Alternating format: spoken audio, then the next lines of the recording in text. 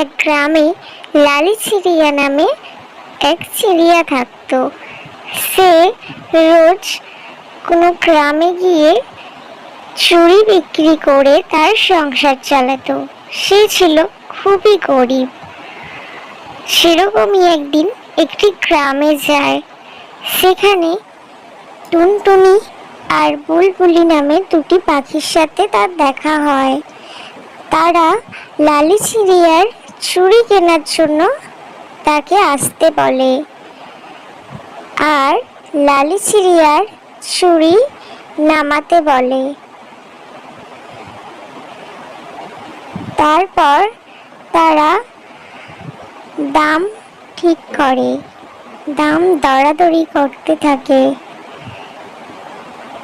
তারপর লালি চিড়িয়া বলে, আমি 10 টাকার কমে আমার চুড়ি দেব না, তাহলে আমার কোনো লাভ থাকবে না। তখন বুলবুলি আর টিয়া বলে, ঠিক আছে, আমরা 10 টাকা দিয়েই তোমার চুড়ি নেব। তারপর লালি চিড়িয়া চুড়ি বিক্রি করে খুব খুশি হয়ে বাড়ি ফিরে যায়।